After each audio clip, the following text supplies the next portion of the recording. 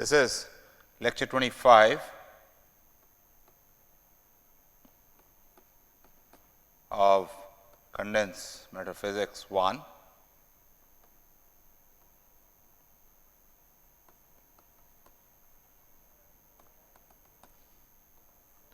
And in this, we continue our discussion on dynamics of crystal lattice. What we did yesterday in lecture 24 was obtained specific heat of a lattice, which is equivalent to specific heat of atoms in a crystal, and this is distinct from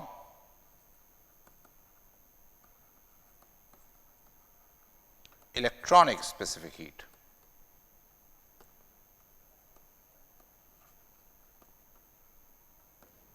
And let me just remind you that electronic specific heat, CV electronic,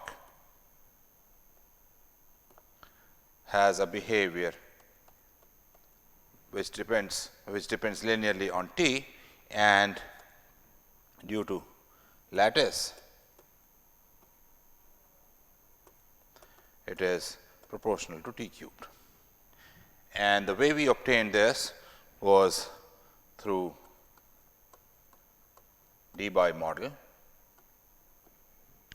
where we said that if atoms in a crystal are vibrating, they follow that their angular frequency omega is equal to a wave number k times v sound. So, where Vs is speed of sound. In addition, for each omega, the average energy E average, and by this we mean at temperature T, is equal to h cross omega over E raised to h cross omega over k B T minus 1. So, this combined together gave us an energy which was proportional to T raised to 4, and then its derivative, which gives you the specific heat, comes out to be proportional to T cubed. We had developed this, and this was based on the correspondence with black body radiation and recognizing that any oscillator, whether it is electromagnetic, whether it is mechanical, has quantized energies. Of course, by now we know well, I mean this has been 100 years of quantum mechanics, that energy of harmonic oscillators is quantized, but that is a fact that was used here to show that as temperature goes down, the specific heat also goes down, and at T equals 0, it becomes 0. So, this was and the Debye model was the model where we said that the frequency of these atoms vibrating depends on the k vector in the manner shown, like the frequency of light depends on k vector exactly in this manner, except that Vs is replaced by the speed of light. Now, we want to look at it microscopically as to what is happening and understand really at looking at atomic level how these vibrations are coming about, what is their behavior, and so on. So, what we are going to do today is the topic of vibrations of atoms, or whatever constituents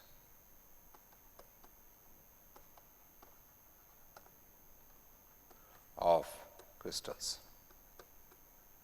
And we are going to assume in this lecture monatomic lattice.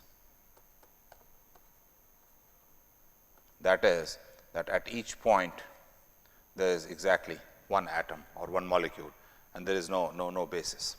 There is a single basis. So, let us see, when we have a crystal,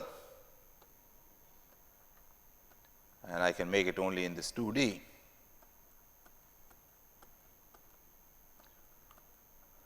we assume that all these atoms are kind of connected with a spring, so that the force between them is proportional to their displacement from equilibrium. So, I am just completing this picture of these atoms connected with a spring, so that is clear in our head. And then suppose I take a particular atom, say jth atom, and I take another atom, j plus pth atom. Then I will assume that the force between them, j and j plus p, it arises only when they are away from equilibrium. At equilibrium, of course, every force is 0. So, this is going to be equal to some constant C p, which is force constant, times the displacement from equilibrium position, or their distances have changed from equilibrium position. So, let us say u j plus p minus u j, where u j is the displacement from equilibrium position. So, that part has been taken care of. So, we are writing u j is equal to displacement of jth atom from equilibrium position. Let us see if all the directions and everything is correct. C p is greater than 0. So, I have this atom here which displaces by u j. I have this pth atom here which displaces by u j plus p. They are connected by a spring. So, u j minus u j p minus u j gives the elongation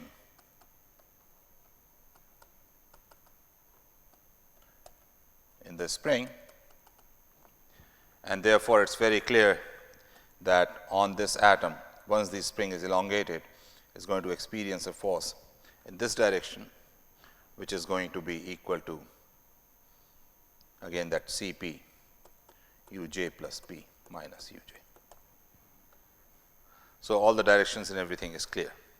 So, let us see, this is the force on jth atom due to J p. So, let us put a bracket here. So, this is how the forces are working, and therefore, you can see that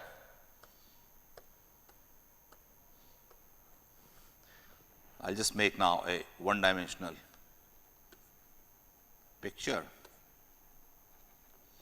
that F on jth atom is equal to C p u j plus p minus u j. Is in the direction opposite to the displacement of u j. So, this is like restoring force.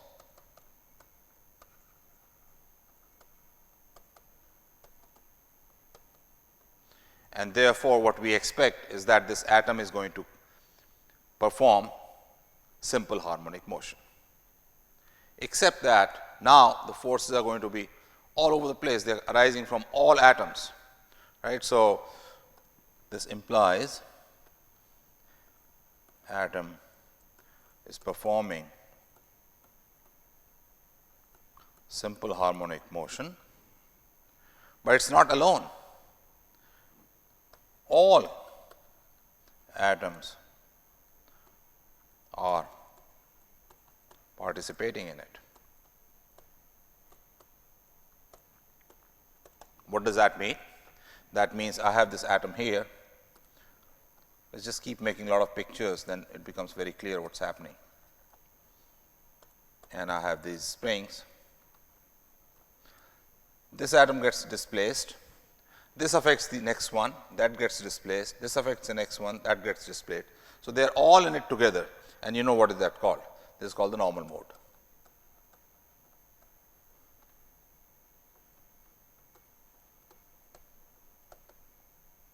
So, it is not one atom alone that is vibrating, their motion is coordinated, right, and this I would like you to recall from classical mechanics. And just to kind of get you into it, suppose I had two particle system and I gave them displacements. Then you know that vibrations take place, there is x1 plus x2 that goes with one particular frequency I omega 1 t, and x1 minus x2 that goes with another frequency, where the pure frequency omega n1 omega 2 are coming when the coordinates are combined. So, this is one example of normal mode, except that now we will be looking at normal modes of this enormous n number of electrons. So, and that is what gives you the frequency of vibrations of this system. So, we will develop a simple model. This whole motion is taking place in 3 dimensions, but we will develop one dimensional model, and that can be justified, and then we will also take particular kinds of interactions. So, let's look at this crystal again. I have these atoms, and if you want to look at how the motion is taking place, what you can think of is that this entire plane is vibrating back and forth. So, let us say this is k, that is the direction of propagation, and each one of this plane is vibrating back and forth. So, what has come into play is these springs between the planes.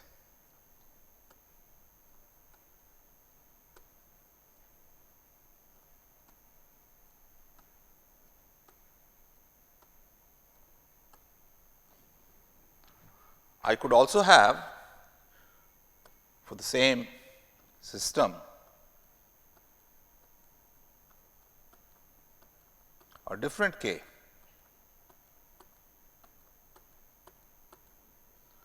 For example, I could have planes like these, and then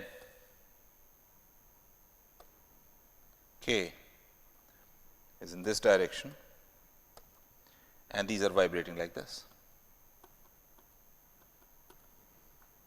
What I have shown you right now is the longitudinal.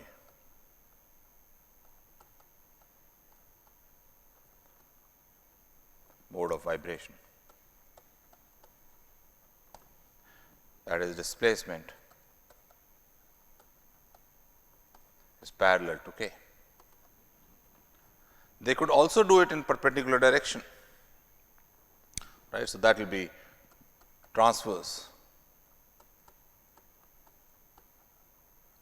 mode of vibration, that is displacement perpendicular to k. So, if I go back to this picture without making it again, those motions will be like this or perpendicular to this screen. The motion out here would be like this or perpendicular to the screen. So, I want you to look at this picture. So, these are different modes of vibrations that can take place. So, now I will simplify again, and rather than making the entire plane, I will make picture of these atoms and assume that only nearest neighbors interact. Right? Earlier I made that there was a jth atom which was interacting with j plus p atom. In this I am restricting p to be equal to plus or minus 1. So, jth atom interacts with j plus 1 or j minus 1. So, this is spring right here, and this spring across does not work. That is it. So, we will develop a model. This itself teaches us quite a lot, but keep in mind that this is a model. In reality, when you calculate it, you have to actually take care of all the forces into account. This may be the dominant one, but this is enough to teach us whatever we want to learn. This is also a nice model because we can solve it analytically. For others, you have to take care of a computer. So, but we learn a lot through this itself because we can solve it analytically. We will make different pictures and see what is happening. So, in this model,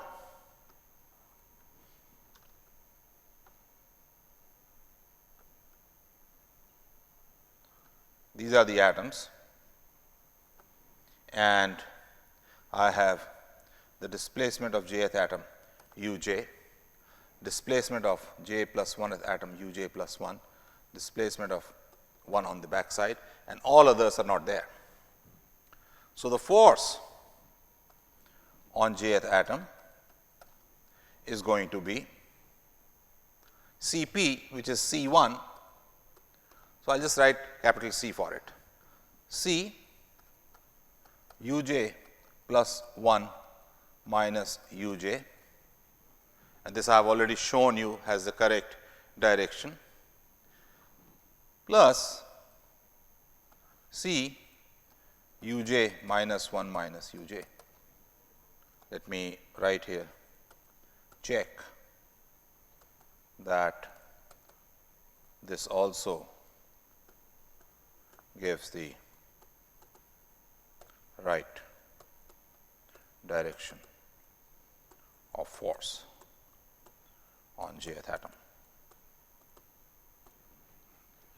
Since I am writing it is obviously correct, but I want you to check it. And therefore, the equation of motion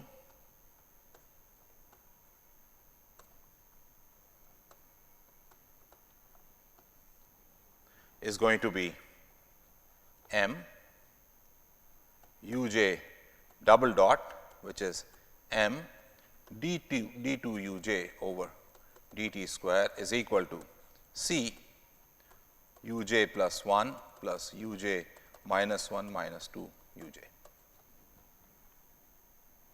Let me write in one line, so that is clear.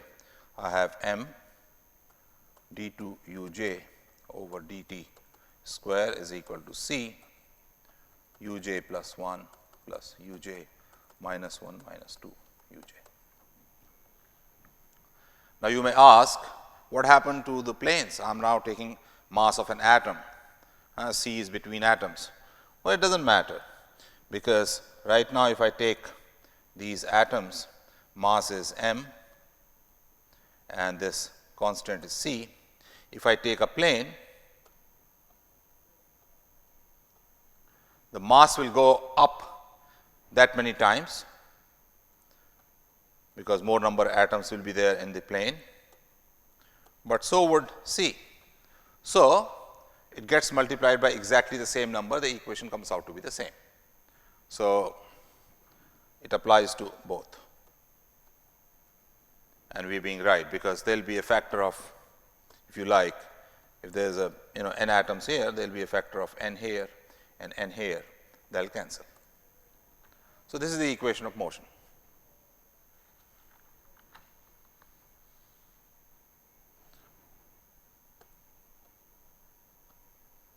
So, before I go further on this equation, I like to give you a question. Write the equation of motion for jth atom taking force with other atoms, that is P greater than 1 also. So, the force will be proportional to J p plus 1 minus u j, C p and plus all other terms. What will be the equation of motion in that case? I would like you to write it with all the correct directions and everything. So, we have this equation of motion m uj double dot is equal to c uj plus 1 plus uj minus 1 minus 2 uj. Let me make a picture as to what we are talking about. We are talking about the set of atoms or these planes, if you like, in which these atoms are, and they are performing this motion. The distance between each atom is a. So, again, just to get a feel for this, I would like you to do something, and that is taking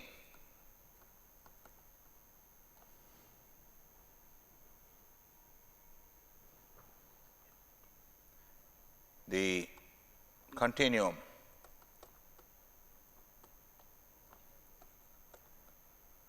limit of the equation of motion, show that this reduces to the wave equation m, or let me write it exactly like the wave equation, 1 over v square d2u over dt square equals d2u over dx square, where v is the speed of the wave. I want you to show this.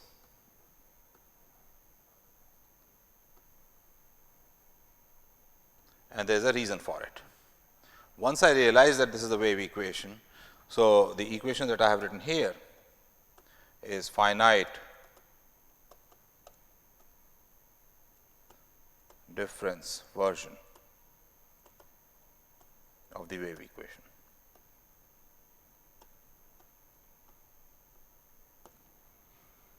Whatever derivatives I take in the continuum, here I am replacing those derivatives by finite difference formula. So, this is exactly the wave equation, except that now there are finite difference, and there is a good reason for it. There is no material in between. Atoms are sitting at distances a apart. So, the only thing I need to describe is the displacement of these atoms. So, I have to do it in terms of finite difference. Now, once you realize that this is the wave equation, solving this equation becomes quite easy. So, if you look at the wave equation, 1 over v square d2u over dt square is equal to d2u by dx square. This has the solution u x t equals some amplitude and some function of x minus omega t. Oh, sorry, x minus v t. Right. So, you have seen this in the form a e raised to I k x minus omega t, where omega over k is equal to v. So, this is of the form k x minus omega t equals, we take k out, x minus v t, exactly of this form. This is the continuous wave equation. You have learned this in your 12th grade, you have learned it in your BSc, you have learned it in your MSc. Now, I am replacing this wave equation by the finite difference formula, and that is m d2u by dt square, this is still in continuum, is equal to c u j plus 1 plus u j minus 1 minus 2 u j. And since this is equivalent to the wave equation, I am going to have u j as a function of t equals some amplitude e raised to I k at distance j. So, j a minus omega t. That is the kind of solution I would expect. This is similar to this solution.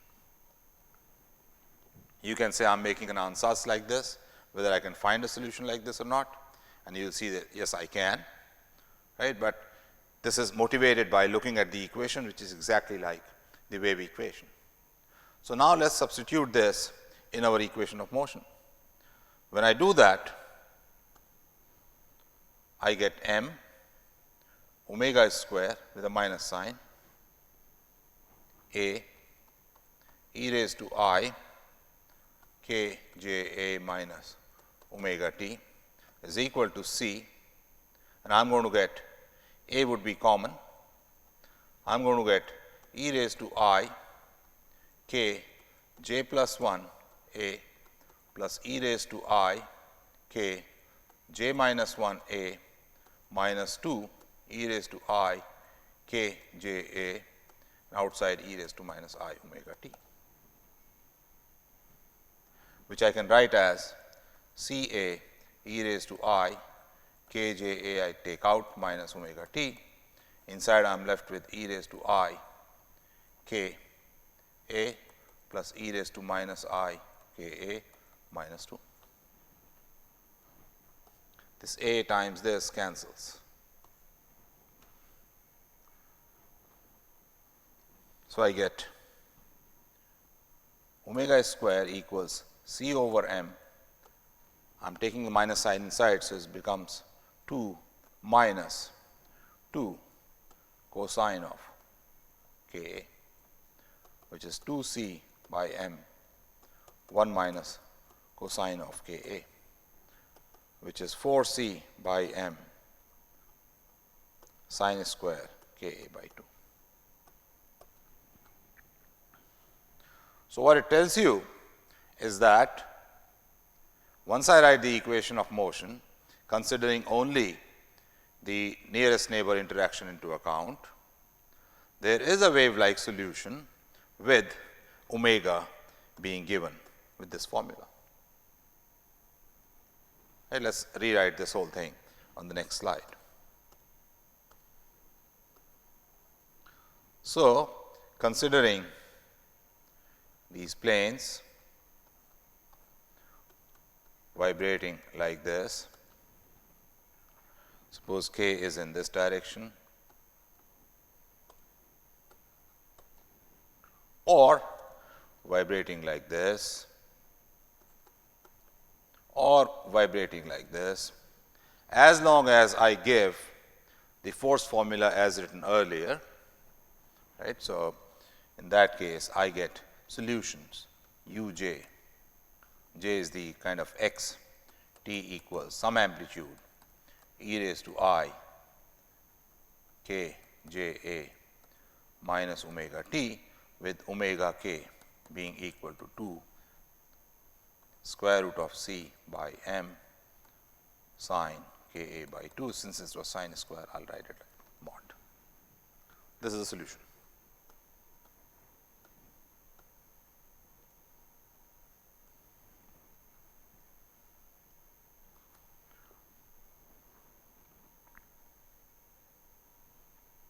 As I said earlier, we are considering motion of these planes in general, right, in general.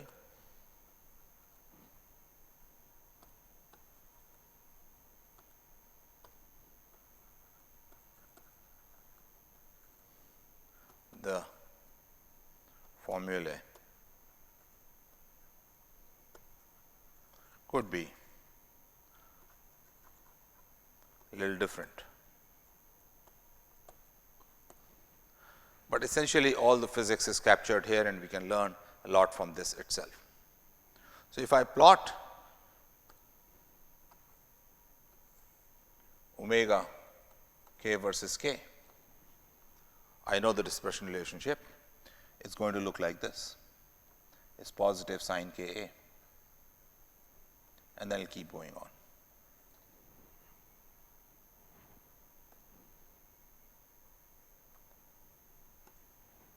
The maximum comes at k a equals pi, and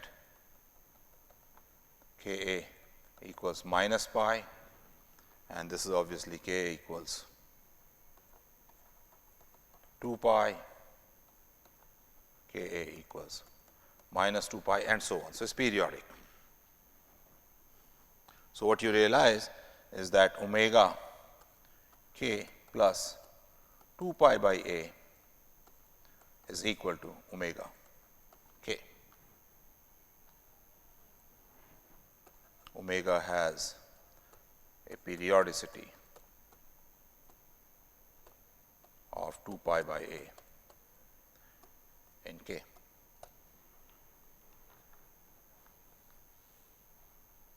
Let us look at the displacement. If I look at the displacement u j t, which is e raised to I k j a minus omega t, and if we replace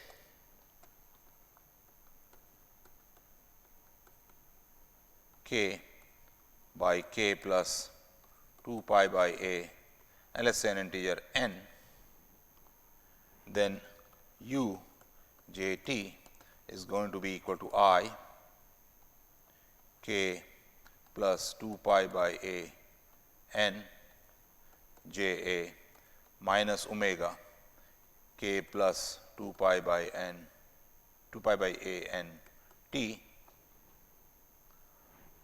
times A, there is an A here, which is A e raised to I k j and all that. So, I can write that as u j t with k times e raised to I 2 pi n j, and omega is the same. So, that is it, and this is 1. So, k plus 2 pi by A or k plus 2 pi by A times 2, and in general k plus 2 pi by A n gives exactly the same displacement as k. So, what have we learned? We have learned that omega k plus 2 pi by A n is same as omega k, u j t for k is exactly the same as u j t k plus 2 pi by A n, and k ranging from 0 to 2 pi by A is the extent of Brillouin zone. So, what this implies is that k within the Brillouin zone are sufficient to describe the motion of atoms in a crystal.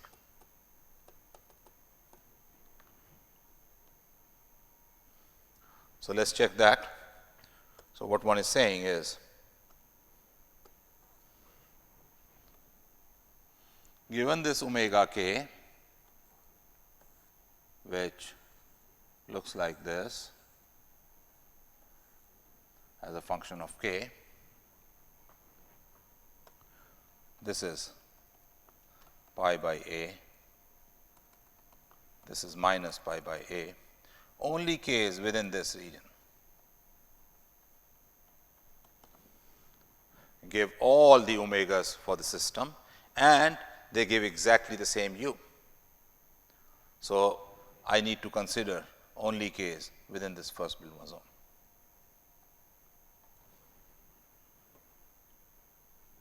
So, let us write whatever we have learned and our observations about the system. So, let us write this observations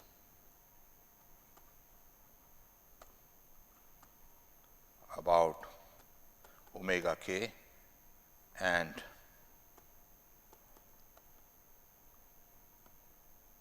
displacement. 1 omega k plus 2 pi by a n, which is 2 square root of c by m mod of sine k a by 2 is exactly same as omega k, and we have shown this pictorially also. So, therefore, number 2, all omega are determined by k lying in the Brillouin zone. Whether I take minus pi by a to pi by a or 0 to pi by a is the same thing. It is all that you are shifting the origin, but Brillouin zone is defined conventionally like this. Go back to the lectures where we defined it. And number 3 is that u j t for k is exactly the same as u j k plus 2 pi by a n t. This I have discussed quite a bit, and therefore, I am reiterating it, will restrict ourselves to within the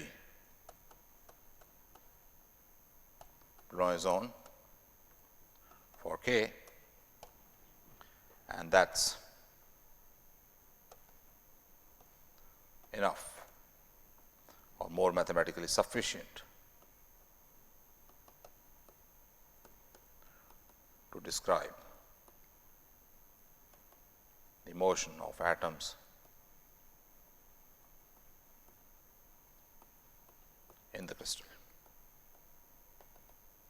And what kind of motion is this? Let me again write it. Motion is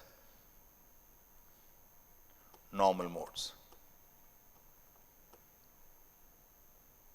of vibration. So, we have understood this now, that there are these normal modes of vibrations, and they have this kind of the frequency dependence on k, and the motion can be described with k being in the Brillouin zone. Let us understand this physically, what is happening. So, why k within the Brillouin zone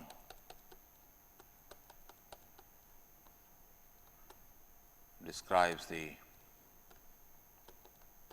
motion completely in this case. So, what is happening is, suppose I take these atoms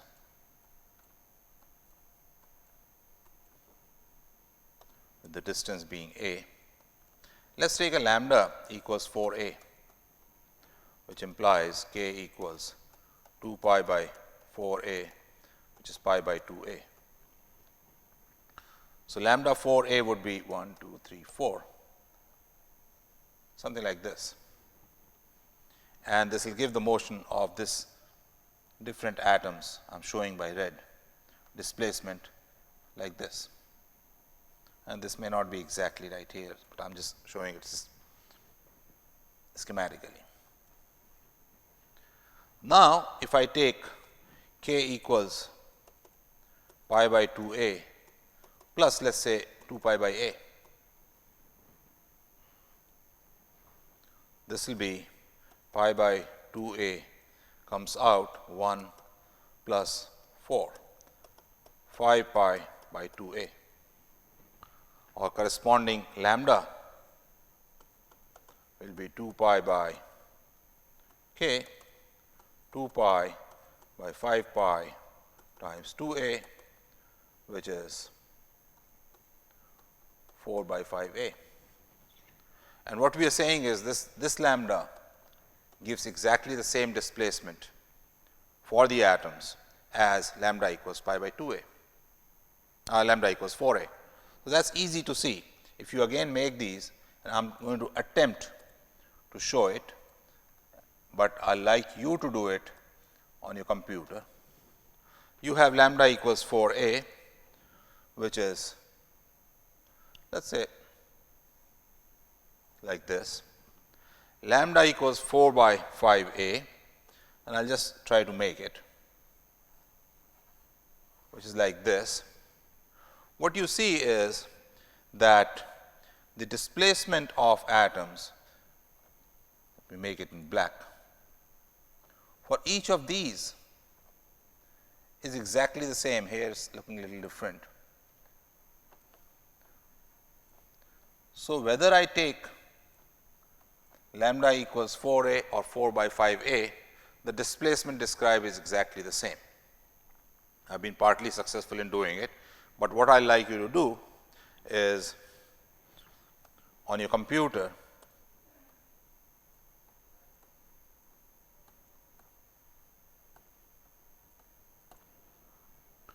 plot or show displacement of atoms for lambda equals some number.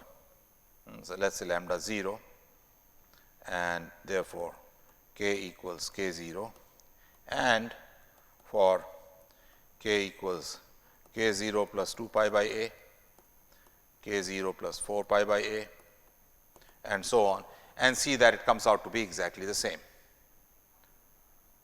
Why that is happening is because when I am writing this wave, the displacement is actually meaningful only at atomic positions, and if it is meaningful there, it does not matter what lambda I am taking, as long as the displacement comes out to be the same, the answer would be the same.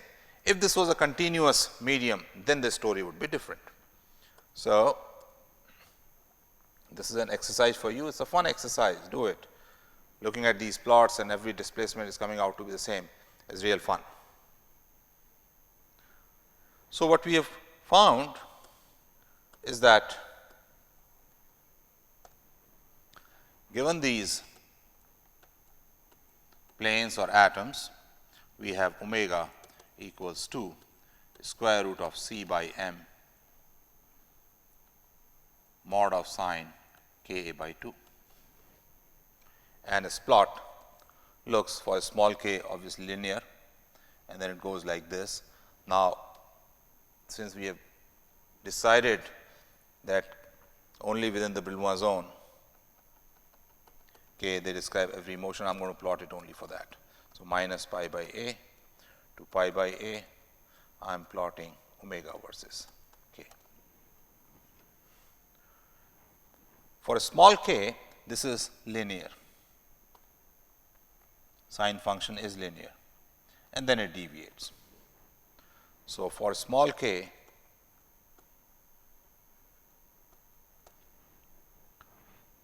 sine k a by 2 is k a by 2. So, omega becomes 2 square root of c by m k a by 2, which is equal to a root c by m k. So, omega is proportional to k for small k, and what it means is small k implies large lambda. So, what one is considering, if I again make a picture, these are the atoms and one is looking at this lambda, which is very, very large.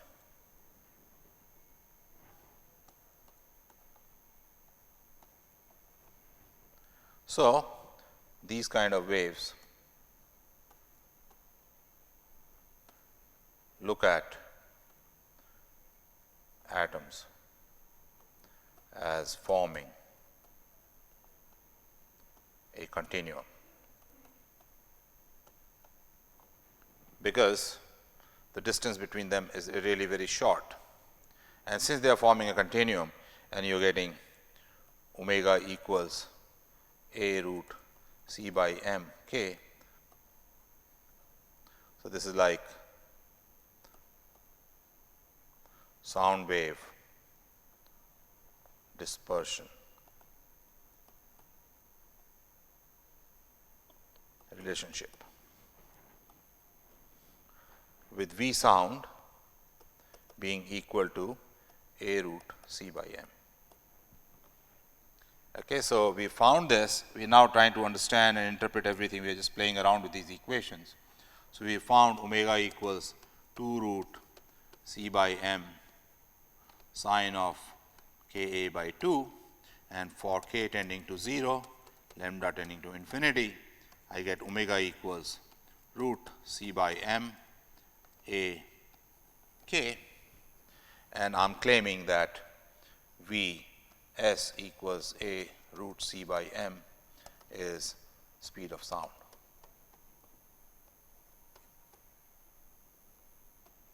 In the crystal, because we are seeing this exactly like a sound wave dispersion relationship, and for lambda large it does look like a continuum. So, what one is saying is that this entire crystal is like a continuum, and there is these vibrations which are traveling, and these are sound waves.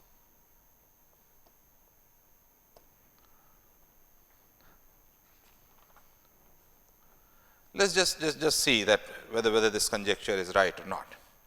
So, if I look at a unit cell, and I am for simplicity going to take a simple cubic cell and put these atoms at the corners,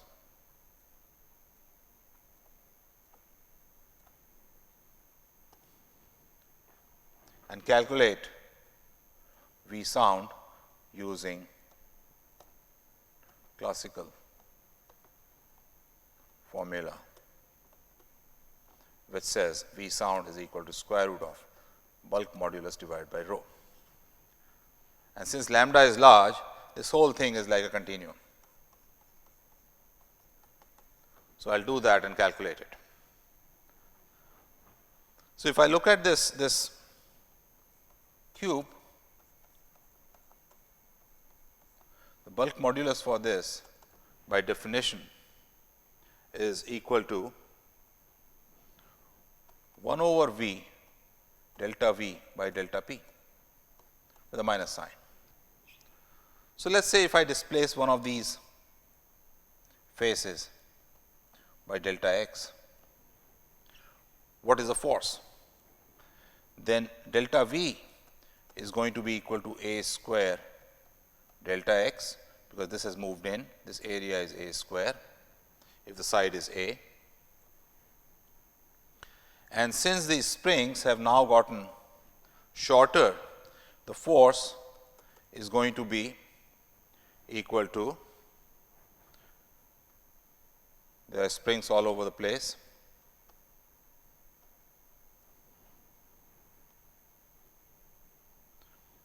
and we assume that the force constant is c. So, c is going to be the force c times delta x, and therefore, pressure P is going to be c delta x over a square.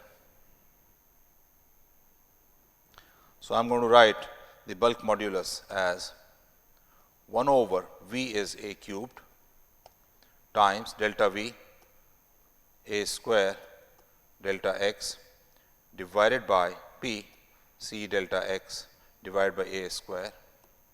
So, this is going to be equal to a over c.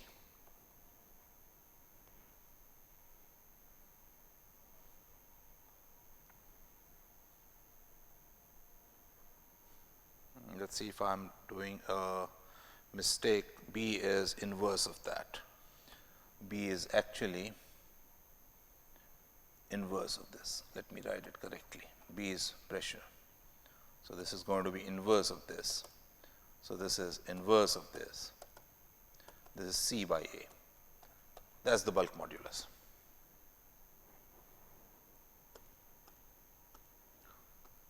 So, by taking this cubic cell,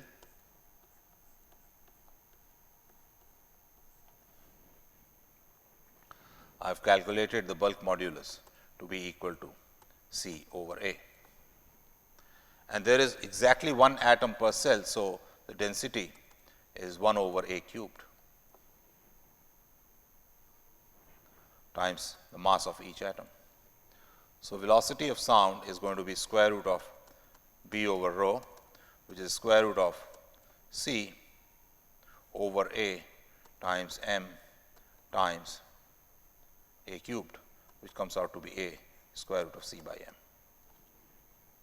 So, what I have shown you is that with those microscopic parameters C and m and A, if I take the continuum limit and use the formula for continuum, the quantity A C by m is coming out to be speed of sound.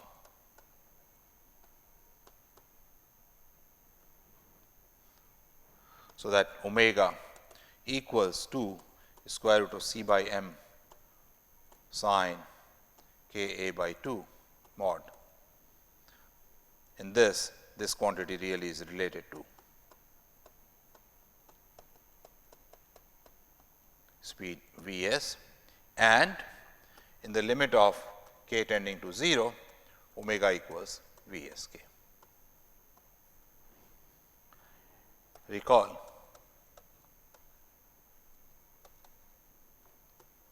Debye model, where we had taken omega equals V sound times k. So, I have shown you what happens. So, just a recap again, what all we have done. We have assumed nearest atom interaction and obtained omega k equals 2 root C by m sine k A by 2 and u j t is equal to some amplitude e raised to I k j A minus omega k t, and for lambda tending to infinity, we obtain omega equals V s k, where V s is square root of C by m A.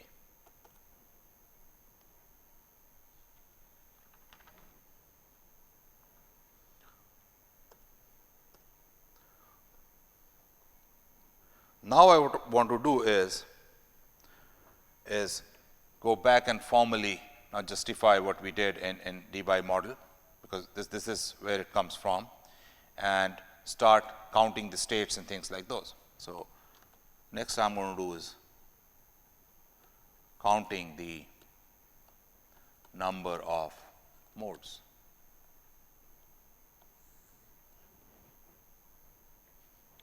And this is related to connecting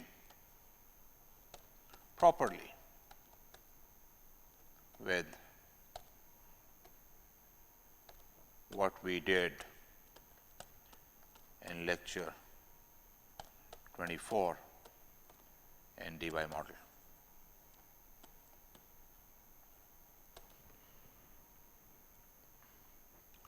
So, we have the solution u j t equals A e raised to I k j A minus omega t, where I am talking about these atoms jth, j plus 1, j plus 2 and so on, j minus 1 and so on. And what I have in this form u j t is a travelling wave solution.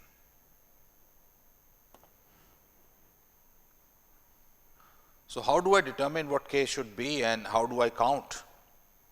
Right? I want to do proper counting of k, I want to do proper counting of number modes, and for that I will take you back to lecture 6, where we developed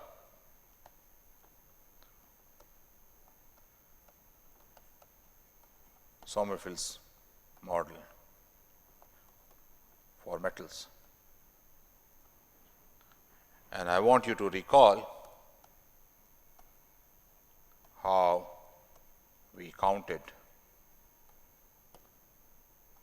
k states there.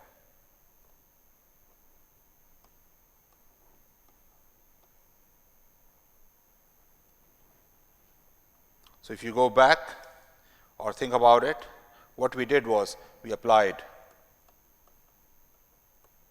periodic boundary conditions, where we had said that the wave function for the electron psi x plus L was psi x. So, it was a periodic boundary condition applied over length L. We will do exactly the same thing here, because now I have a travelling wave solution. There psi was of the form e raised to I k x. I have exactly the same thing. So, let us do that. So, applying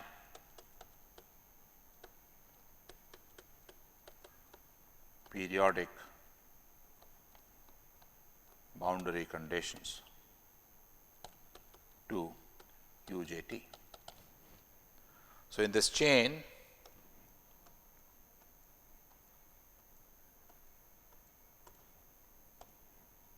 with A here, jth, j plus 1, and this distance being A, I am going to demand that uj plus n t be exactly the same as UJT. So, this is periodicity over n cells, or equivalently periodicity over L equals N A. So, the whole thing is exactly the same as we did in the free electron model. We are now going to demand that uj be periodic, and that will give you immediately e raised to I k n a be equal to 1. You substitute this condition here and you will get this, and therefore, k equals 2 pi by A n over n, where n is going to be equal to 0 plus minus 1 plus minus 2 and so on. So, if I plot this k line, I will have k equals 0, I will have k here, k here, k here, and so on.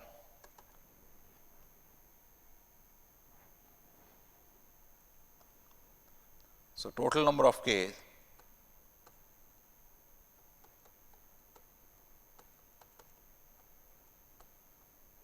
is going to be equal to 2 pi by A n over n with n equals n. So, this is going to be the number of these.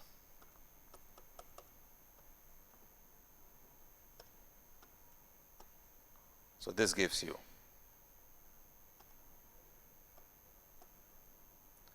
n k values. Why is that so? That is because if you go beyond n equals capital N, you will be making k equals 2 pi by A plus whatever the previous k was, and that is not distinct from this, not distinct from whatever I have written in this bracket. So, only n independent values, and if I were to restrict within the Brillouin zone, what you have is, this is omega k, I will just plot this, I have these k values distributed over 0 to 2 pi or minus pi by a to pi by a, and there are n of these. And to take care of all the atomic motion, all the degrees of freedom, this entire Brillouin zone is filled. All these states out here are filled. So, this is how you count the number of states. So, k is equal to minus pi by a plus 2 pi by a n over n. N will vary from 0 to n, and k will then go from minus pi by a to pi by a within the first Brillouin zone. What about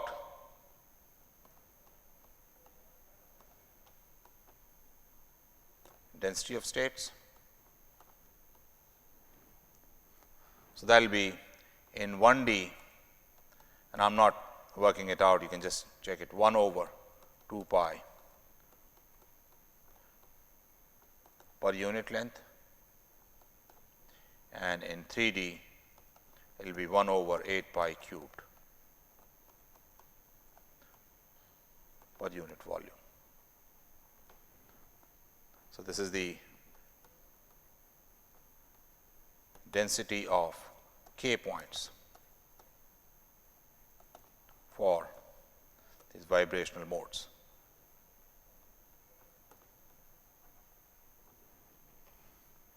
And since in this case, since omega is proportional to k,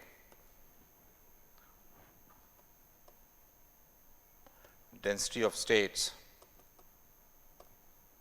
in energy is similar to that for k. Recall that it was different in electronic case because the energy was proportional to k square. So, we had to work it out. Here it will be exactly the same, except for some factors. So, that I will leave for you to work out, and therefore, in 3D what you are going to have is the number of states if up to k max we have filled times 1 over 8 pi cubed is going to be equal to the density of atoms, and that gives you k max equals 6 pi square n raised to 1/3. So, this is all related to electronic case, you just go back and work it out. Finally, having done all this, what I want to now go back to is the Debye approximation that we made, and why it works. Recall what we did in Debye approximation. We have omega k versus k, which is going like that sine function.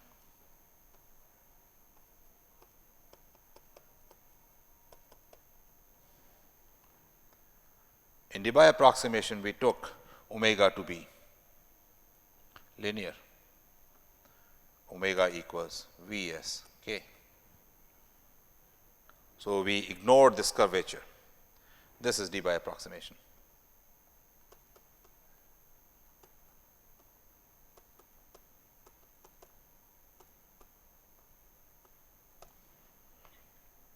And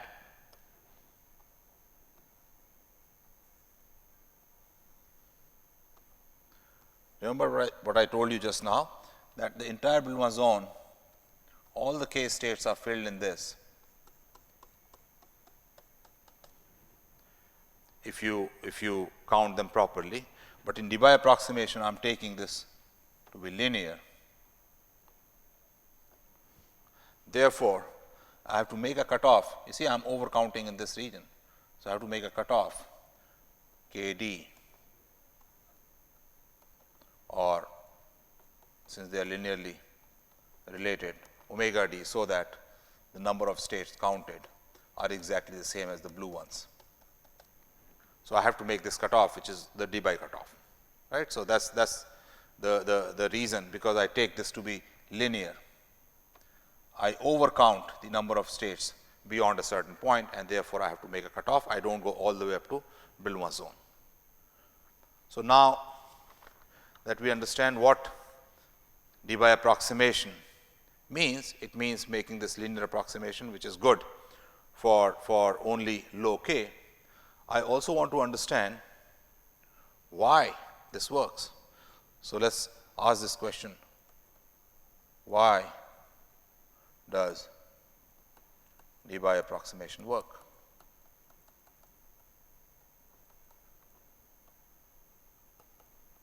Right, it gives you the correct answer that C v is proportional to t cubed. For that, I will calculate some numbers.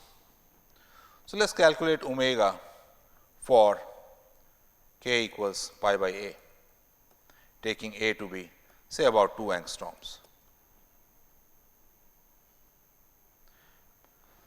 You substitute all the numbers and sin k a by 2 becomes pi by 2. So, that is 1. This comes out to be equal to about 10 raised to 13 radians per second, and I have taken in this speed of sound to be of the order of 10 raised to 3 meters per second.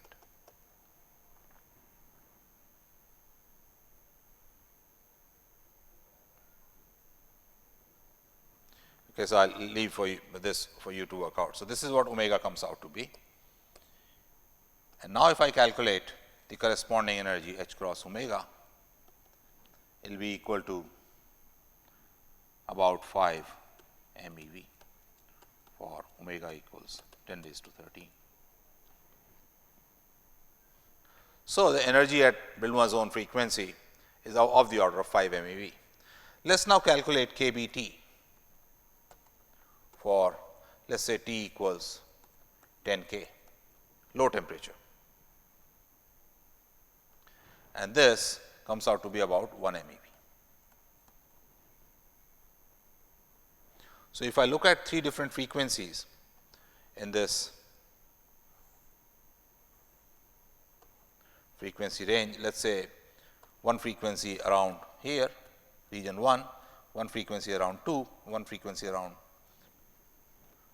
0.3 near the Brillouin zone, the energy scale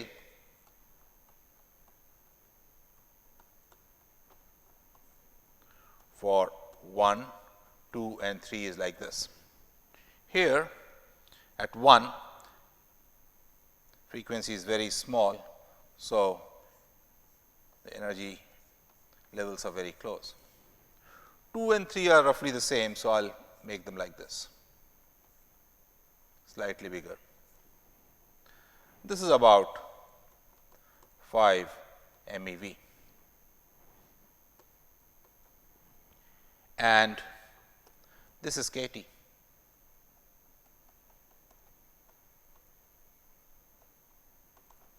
This is kBt, and this is kBt. So, what you see is that here no excitation, because kBt is not enough to cause a transition between 2 energy levels, and here these modes are going to be excited. So, what you see is that the number of modes that are going to be excited are going to be within k or within omega, which is of the order of kBt. So, you can write that the number of modes excited is proportional to kBt cubed, and in fact, if you write in dimensionless, this is going to be kBt divided by omega Debye cubed, because by omega Debye all the modes are done. So, this is the fraction of modes that are going to be excited. So, energy absorbed is going to be kBt times kBt by omega d cubed proportional to t raised to 4. So, what you see is that when I make this approximation of linear omega versus k, whatever is out here, it does not matter, it does not count, because all the action is taking place in this region within kBt, and the energy is proportional to t raised to 4, and therefore, Cv comes out to be proportional to t cubed. So, making that linear approximation above kBt does not really hurt us, and that is why it works, and that is why and only the lower modes are getting excited, which in quantum mechanical thing comes out that the average energy comes out to be e raised to h cross omega by kBt minus 1. If h cross omega is much larger than kBt, that energy is hardly taken by the oscillators, those oscillators. Whereas, if h cross omega by kBt is much smaller than 1, then those oscillators are getting excited, and that is why you get this behavior.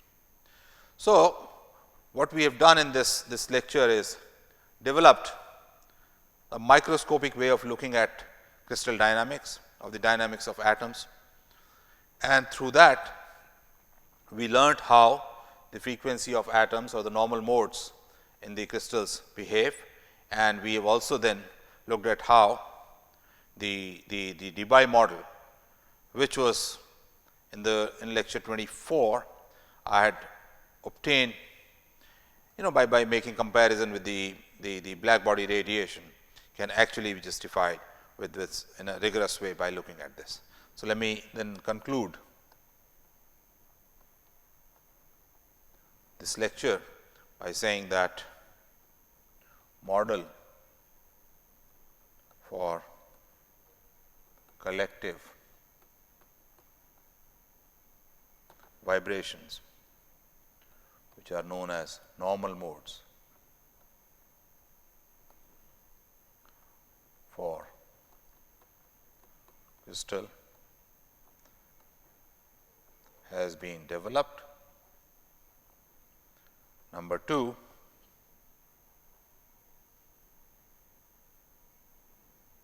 how this is used in describing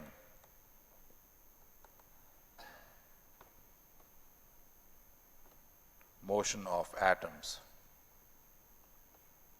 in a crystal has been worked out, and finally, Debye model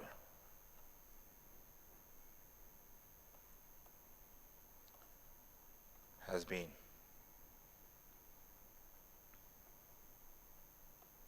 looked at in terms of omega k, uj t, etc., etc., etc. Thank you very much.